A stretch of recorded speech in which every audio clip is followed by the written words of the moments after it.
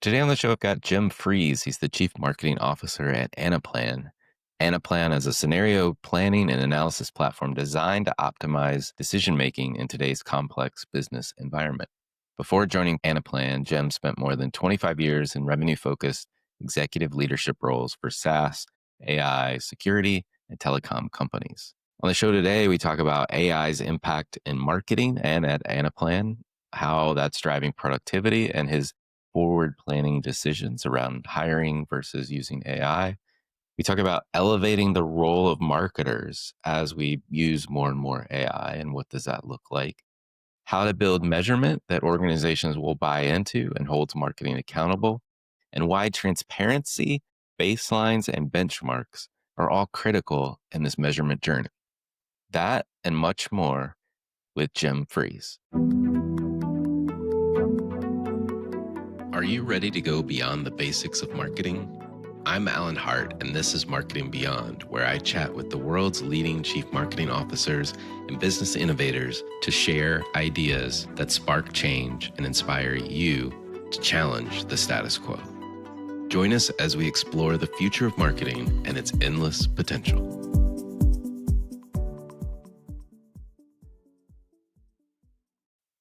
Well, Jim, welcome to the show. Thank you. Thrilled to be here. Thank you for inviting me. Of course. I'm excited to get talking about all things Anaplan and much more. But before we go there, in our prior conversation, you mentioned you're a math major. You might be my first math major I've had on the show.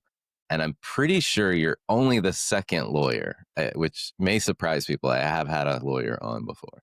Tell me more about like your undergrad, like and the passion, if you will, around math in particular. Yeah, an enigma wrapped in a riddle, huh?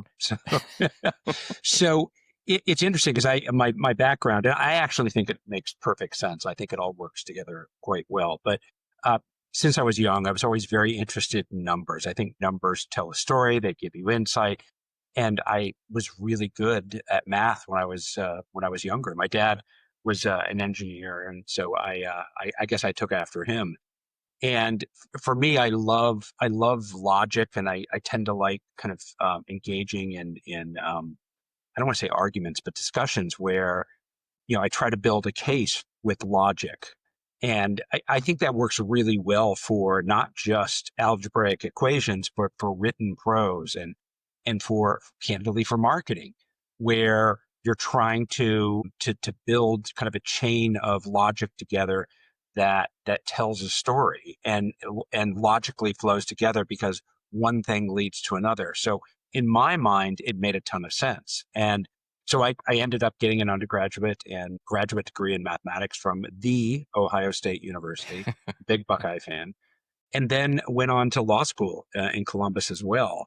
And part of the reason I went to law school was I wasn't quite satisfied with my formal education, and I thought about doing an MBA, but well, I'm kind of learning a lot of what an MBA does on the job. So I wanted to differentiate myself, and I'd always had an interest in the law.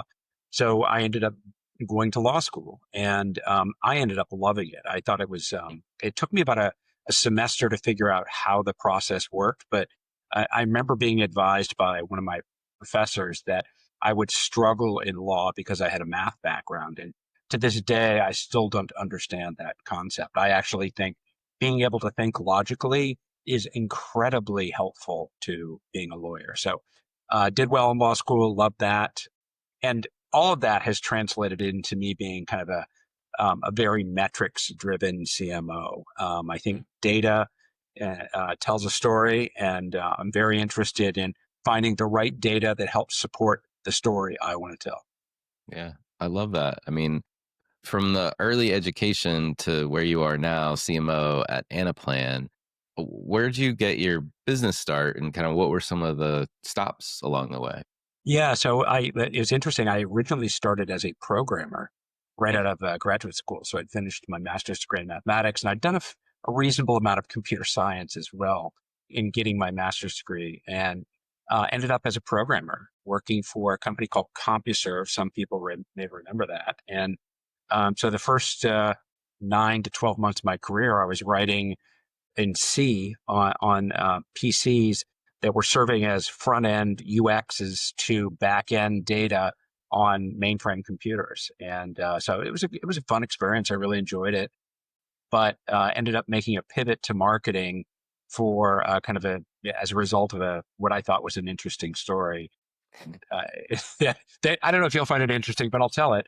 I was programming, and we had on a product that was used by the largest banks in on Wall Street, Mm. investment banks, and there was one of those banks that was coming in to visit in Columbus, or CompuServe was headquartered in Columbus, and they were coming in hot. They were very angry about some things in the product, and they wanted some changes, and they wanted to talk to somebody on the development side. And I'd been with the company about 9, 10 months. I was low man on the totem pole, and they said, "Jim, you get to handle this." And it was I forget which investment bank was, but they came in and they were hot. And Mm. over the course of an hour meeting, they asked a bunch of questions, and I answered things and promised follow up. And for whatever the reason, I seem to have handled that situation very well. So much so that our VP of sales, who was in the room, went to my boss probably the next week and said, "Jim did a great job. He's wasting his time as a programmer. Get him into marketing now." And that was kind of how my marketing career was born. That's funny. It's funny. I mean, and I'm envisioning like one of those lineups, and it's like who's going to take this call, and everyone takes a step back because they've been there a little bit longer, and you're the lone man, not taking the step back, and they're like, "You, Jim, you are the one that's going to Well, take this call." and I was naive enough to think, "Oh, no problem. This will be fun."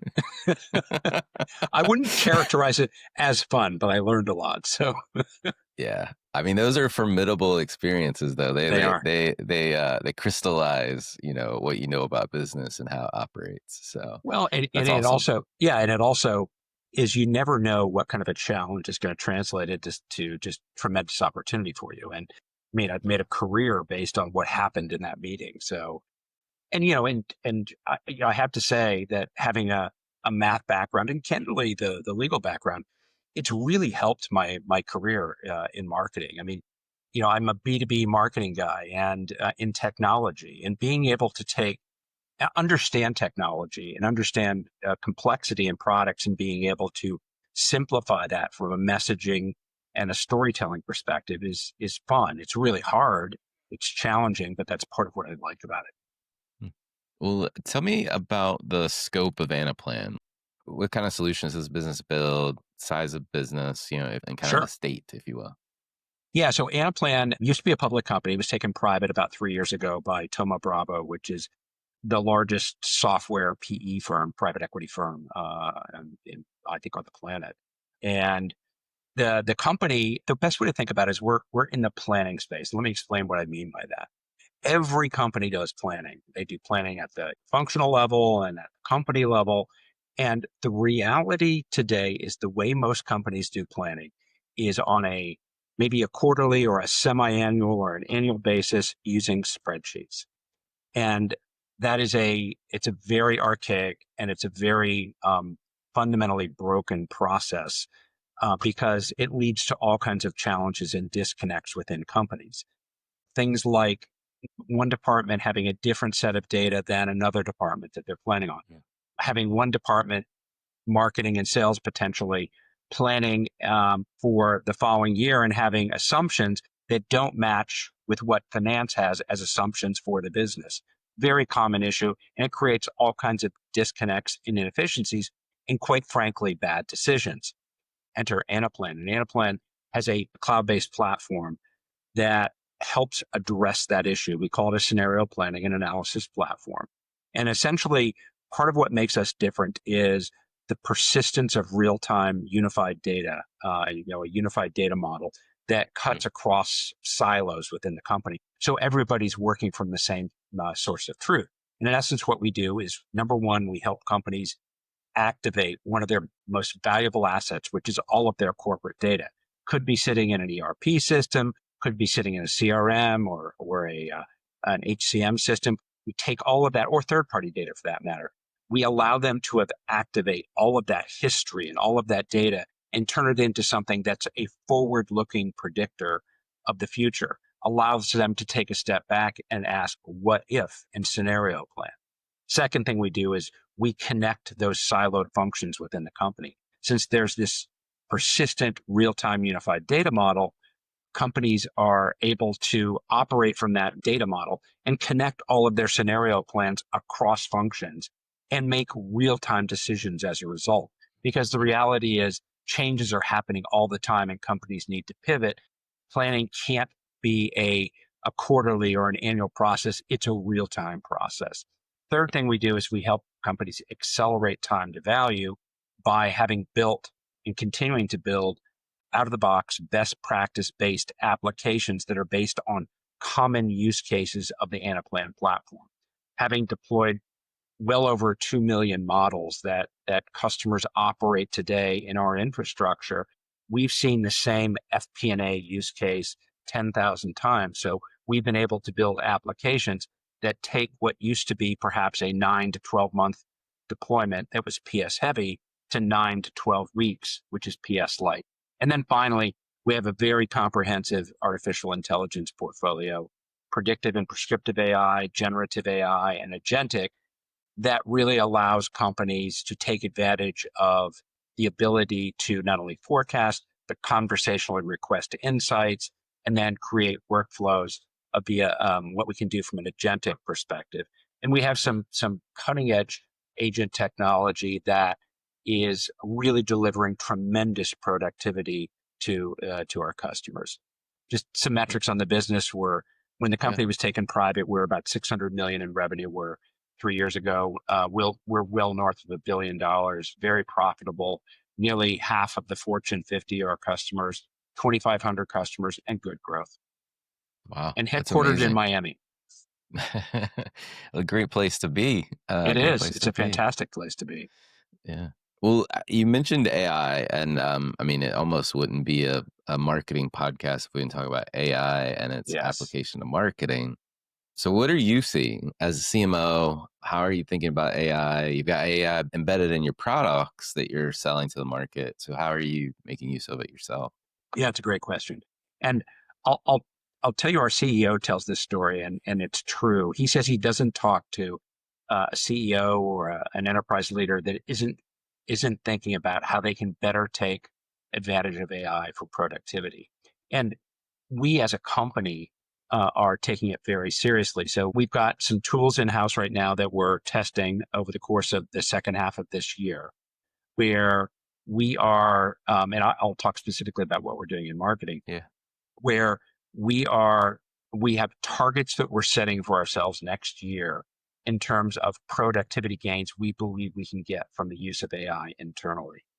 And so part of the edict for the company, and this is pretty consistent with a lot of companies, is on a going forward basis, improving productivity. And every time we want to hire somebody new, we have to ask ourselves, can we do that job, or at least portions of that job, with AI?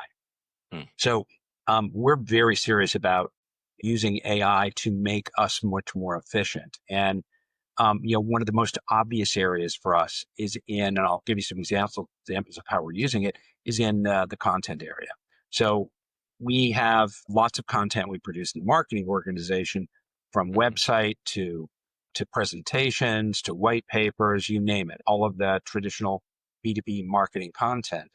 There's simply no reason that we can't use AI to help transcreate that content into Hmm. Japanese, into German, into French. And we're doing all of that right now.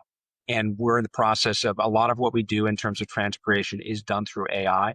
I wouldn't say Hmm. that it's 100% accurate, but Right. if you can get 80% of the way there, it saves a lot of time. And Hmm. it is most definitely delivering productivity to us. We're also looking at repurposing existing content. We run a bunch of events where we have customers come in and speak. And so we've recently been playing with taking transcripts, and we record all those sessions, Hmm. taking transcripts from those sessions and using that as an input into an AI engine to write blogs based Hmm. on that presentation. So we're pretty serious about using AI on the content side to really help us improve productivity. And once again, as we're doing our planning for next year, we're taking a step back and asking, can we do this job with AI? And it Mm. doesn't mean we won't be hiring, we will, but we're really focused on trying to get substantial value and productivity out of AI. So I think every marketer has to think this way. I don't know how you avoid it. And rather than avoiding it, I think marketers need to embrace AI because it has potential to be very transformative for marketing organizations in particular. Yeah. Well, I mean, I agree with you on the productivity side. And as you think about productivity and the trade-offs you're making between, hiring versus like what can be AI done by AI or AI agents, where do you see the role of the marketer? Like what does the marketer role evolve into in those constructs? Yeah, it's a great question, and it's this isn't to say that AI is going to eliminate the roles. It's not. Right. It's not going to eliminate roles, but I think I think it's the same as with I think a lot of technology over quite frankly the last 100 years. It's changed. It's not only improved productivity, but it's changed what people do, and it often takes more mundane tasks and volume, the tasks that you want to do in volume, and it makes those much more efficient to free up time on other things to be much more strategic and to spend more time on impactful marketing efforts that might be thinking about and applying the right marketing mix, understanding and spending more time on metrics that lead to better decisions, things that help with the correct positioning, more focus on creativity. So I think all of those higher value kinds of more strategic marketing capabilities are enabled by leveraging technology, AI in particular, to deal with the volume of work that needs to happen Right. and things that might be more mundane, albeit very important, but more mundane. AI can handle that. So I think it elevates the role of the marketer to be much more strategic as opposed to being just tactical. Mm. Yeah. I tend to agree with you as well. I mean, the notion of taking the mundane out of the equation so that I can, free myself to think above that mundane task to think, well, is this the right next step? Is this the right, like we've always looked at it this way? Should we look at it a different way? Because, those are the human, if you will, overrides that we're still going to need, it sounds like. Yeah, and if you just think about, I'm just the example I gave of taking the transcript from Mm. Right. from a session we did, it, turning that into a blog could be really interesting, but that could be very time consuming for a human to do that. So to Right. the extent that we can leverage AI to produce that and then take the kind of the cycles that that human would have and apply it to more impactful kinds of efforts, it makes a ton of sense. Mm. Yeah. Oh, definitely. All right. Well, I'm gonna scratch the math guy itch now. So I know you got a passion for math. You've I also do. probably got a passion for metrics. How do you translate how you demonstrate return on marketing? Eh, Yeah, I don't know a marketing executive in the world who doesn't wrestle with this, right? We kind of have a bad rap, don't we, as the folks who just want to spend a lot of money on advertising. And look, over my career, I've run into many CFOs and CEOs who that is their perspective. And the reason they have that perspective is because, I don't think marketing executives have done a great job of demonstrating value through the kinds of things that executives like CFOs and CEOs really care about, which is draw a direct connection between this spend and how it impacts the bottom line of the business, how it helps us drive more pipeline, how it helps us improve our win rate. You, the ability to do that, I think, is really critically important. So I think being highly disciplined and having a very algorithmic approach to it is something that I think CEOs, just based on experience, CEOs and CFOs very much relate to. mm, And I think I, I'm I know from experience that in order for a marketing team to kind of gain credibility, they have to establish clear, measurable, and impactful targets. And it has to be the right targets. It can't be just like, well, we generated all these MQLs at a trade show. Who cares if you can't link that directly to how it translates into pipeline that that kind of works its way through and ultimately you win, and being able to directly attach it to the money that was spent on that particular show. And so, there has to be demonstrable value. And I'll give you a great example of an area where we spend a fair amount of money as a marketing organization, but I think in the past we weren't really able to do it. We didn't do a good job of saying why this was a valuable spend. And so it relates to kind of my I've been with Anaplan almost 2 years now.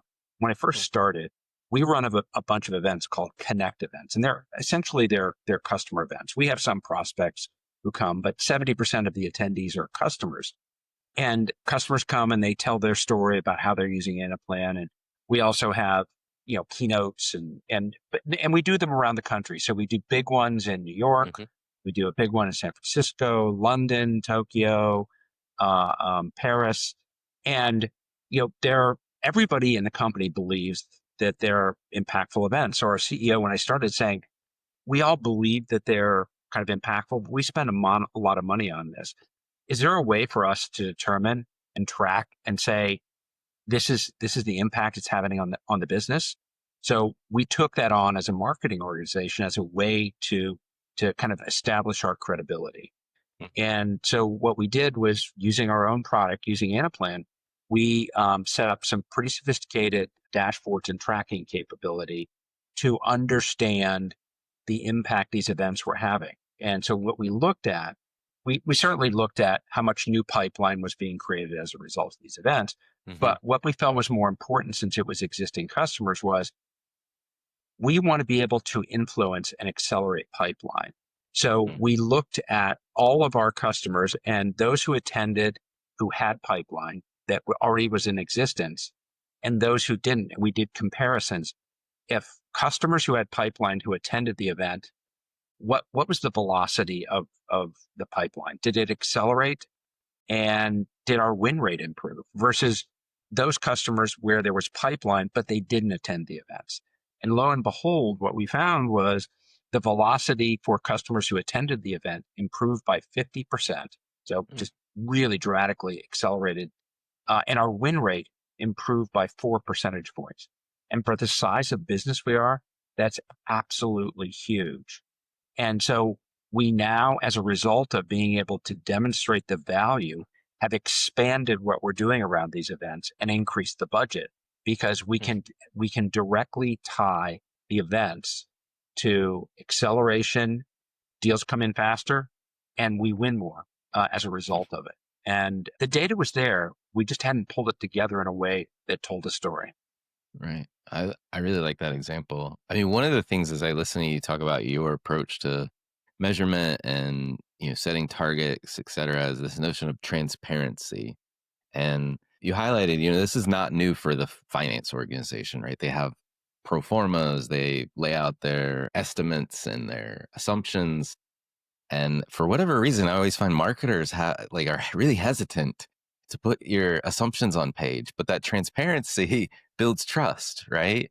It, I don't. it, How do you think about transparency? no, I couldn't agree more. So when I first started, when we put our plan in place, we put out targets, and I had to be honest, I didn't know if they were the right targets or not, but Right. I wanted to put something out there, and there was an expectation that we were going to deliver a certain amount of pipeline. And so we obviously took that on, and we built a model to show how we were going to do it. And then we tracked that model. We provided kind of dashboards that anybody could see, and we reported out quarterly on that. And we do that now. We have a quarterly reporting cadence where we report out on a bunch of metrics that we have defined as being really important and impactful to the business. And we've gotten most of them right. Some of them we haven't gotten right. And we've admitted when we've gotten the wrong metrics. And we've done some tweaking. But I think the thing that was important was we wanted to establish credibility in that we were holding ourselves accountable to hit certain targets that we believe were ones that directly tied to the objectives of the company. And where we felt that we had gotten a metric wrong, in other words, the target was incorrect, or as it turns out, maybe it wasn't that impactful, we Mm. admitted that. And we made some changes then midstream to try to get to metrics that we felt were more impactful for the business. So as an example, for first year, we're in the process of rolling to account-based marketing, and we defined some ABM metrics we felt were important, and we didn't get them all right. And so we talked about that. We talked about why we didn't get them right, and we made adjustments for this year to make sure that they were right. And I think through that process, we really did gain a lot of credibility because we were holding ourselves accountable. We were reporting on it, and we were saying, hey, we did well here. We didn't do well here. And Mm. we also linked it to the performance of the company, because I'm sure that marketers out there will relate to the circumstance where all the marketing metrics are great. We're knocking it out of the park, but sales is missing their targets. There's a disconnect there. Marketing can't be knocking it out of the park and sales missing its numbers. There needs to be a very tight alignment. So, you know, our compensation in part is tied to the success of our sales team.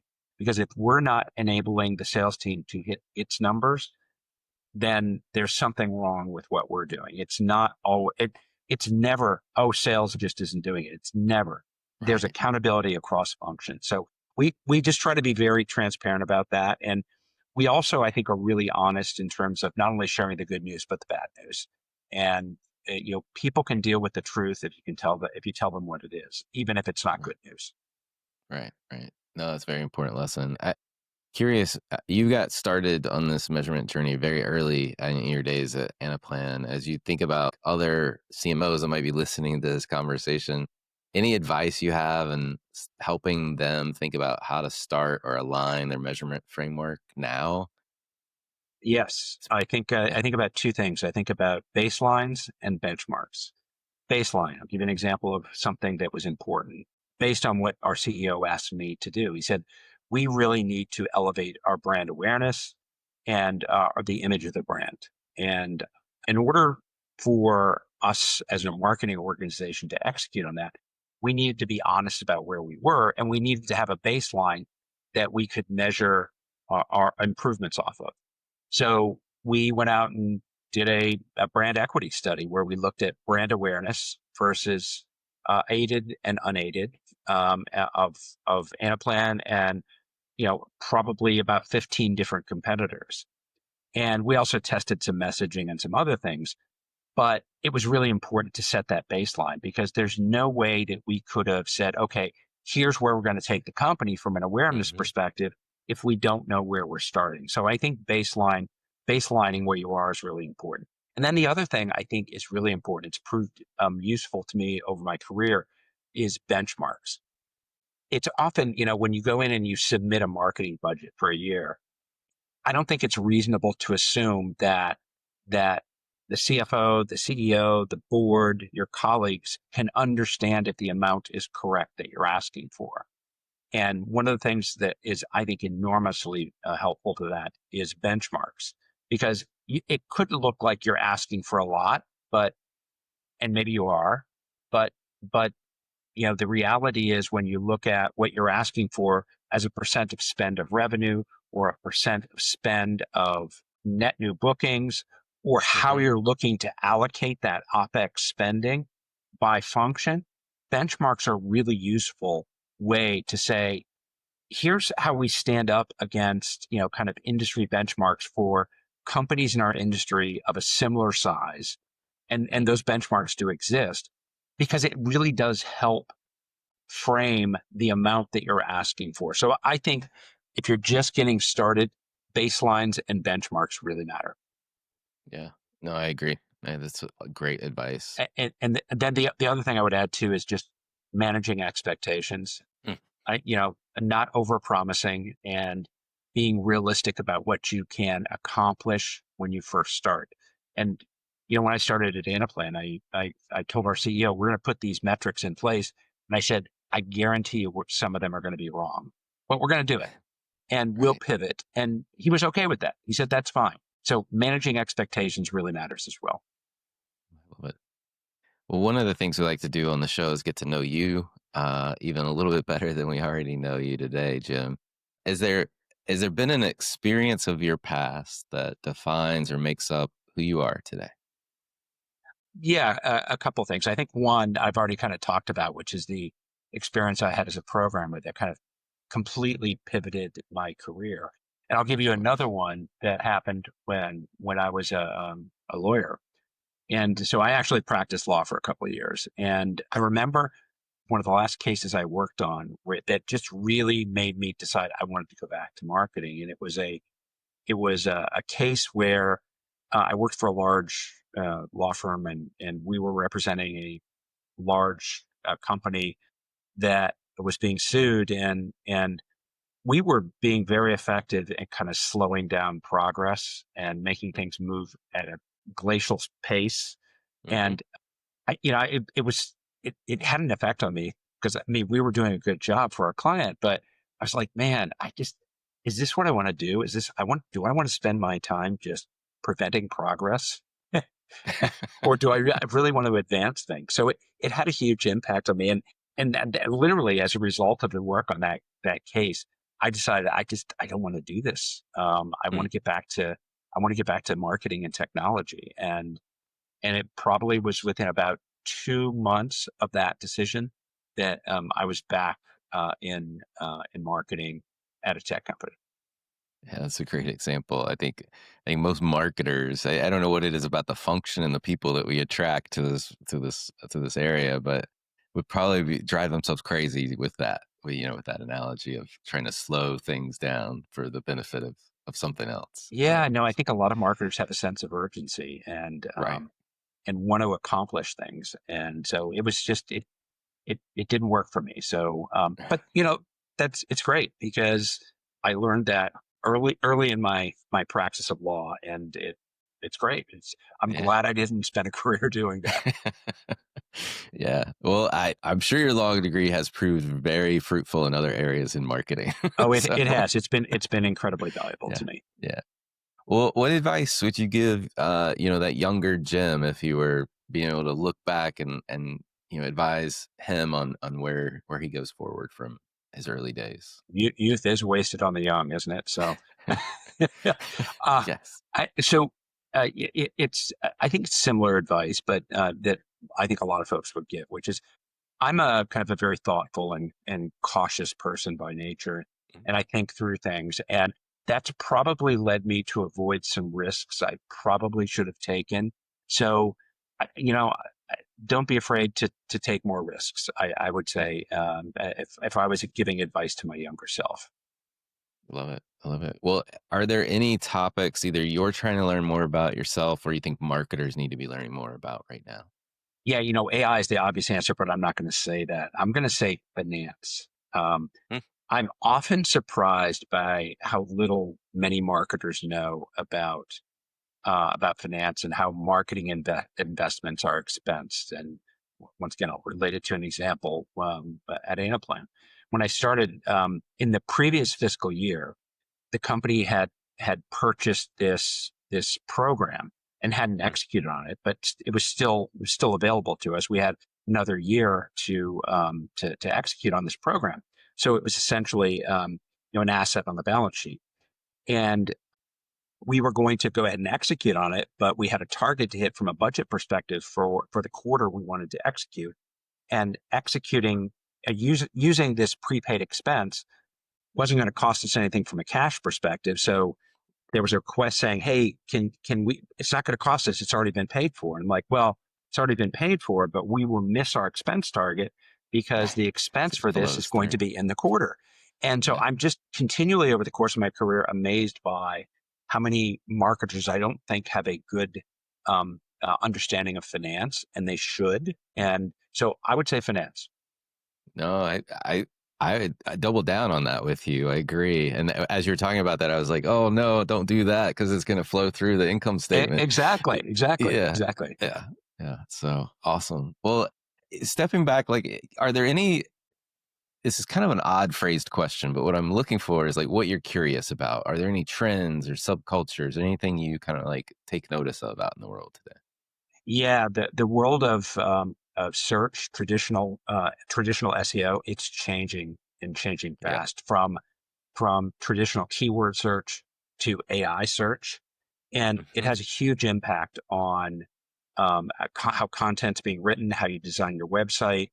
Optimization is a different animal, and I think within I think within 2-3 years max, the majority of search is going to be AI search, and all the good work that you might have done around SEO and backlinks isn't going to be Hmm. particularly relevant. So the world is changing, and I think if there's a trend I'd focus on for as a marketer, I'd focus on AI search and understanding it better.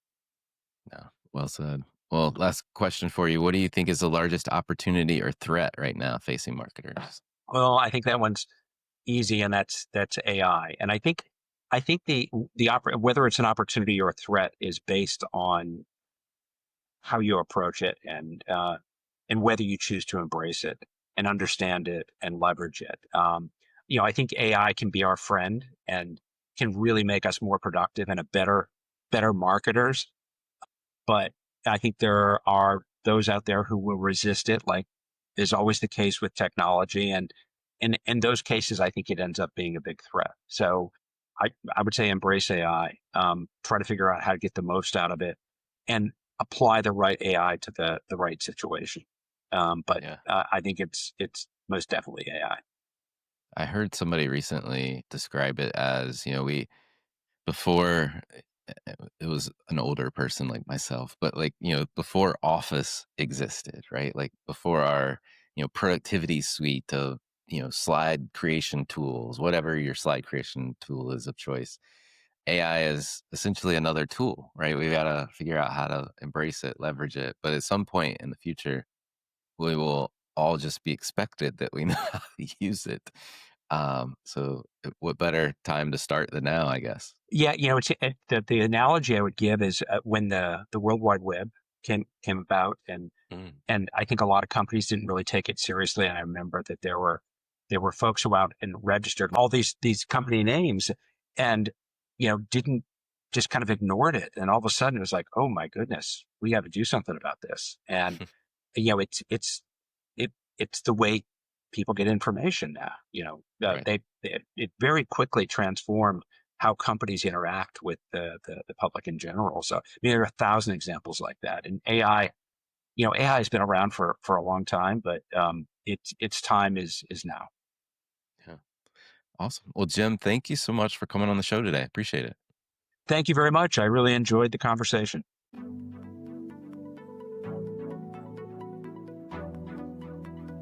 Hi, it's Alan again. Marketing Beyond is a Deloitte digital podcast. It's created and hosted by me, Alan Hart, and produced by Sam Robertson.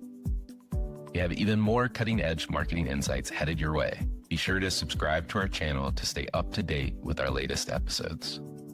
I love hearing from listeners. Share your thoughts about the episode, the topic covered, or the show by commenting on this video or emailing me at marketingbeyond@deloitte.com.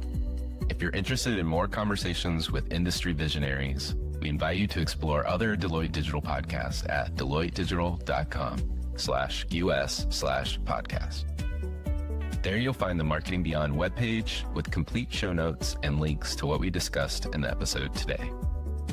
I'm Alan Hart, and this is Marketing Beyond.